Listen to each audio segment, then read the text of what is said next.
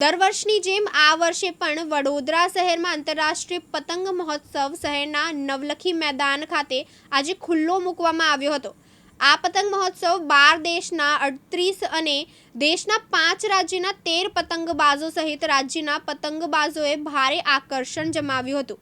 આ મહોત્સવમાં ખાસ કરીને વન નેશન વન ઇલેક્શન અને વડોદરાના યુવકે દોરી વગરના પતંગે ભારે આકર્ષણ જમાવ્યું હતું।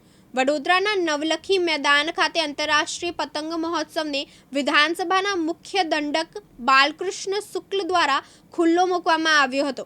આ પતંગ મહોત્સવમાં Japan, Korea, Egypt, Columbia, France, Mauritius, Mexico, Philippines, Romania સહિત 12 દેશોના 38 વિદેશી પતંગબાજો સાથે વડોદરા, ગુજરાત અને દેશના જુદા જુદા રાજ્યના 45 મળી કુલ 96 પતંગબાજોએ ભાગ લીધો હતો। આ પતંગ મહોત્સવમાં અવનવી ડિઝાઇન આકારની રંગબેરંગી અને આકર્ષક પતંગોએ નવલખી મેદાનને રંગી નાખ્યું હતું। આ સાથે વડોદરાના પ્રિન્સ પાંચાલે બનાવેલા પતંગ દોરી વગર આકાશમાં ઉડાવી ખૂબ જ આકર્ષણ જમાવ્યું હતું।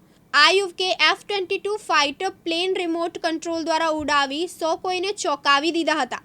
સાથે તેઓની પાસે અવનવી વેરાયટીની પણ વિવિધ પતંગો જોવા મળી હતી। મુખ્ય દંડક બાલકૃષ્ણ શુક્લ દ્વારા વન નેશન વન ઇલેક્શનનો પતંગ ઉડાવી સંદેશ આપ્યો હતો। Is the kite flexible? Is India? I am Elizabeth. I am from Colombia. This is first participation in the International Kite Festival in India. It's a good Valora is a place beautiful. You people vets in the India. વિજય ચૌહાણ, દિવ્યાંગ news, Vadodara.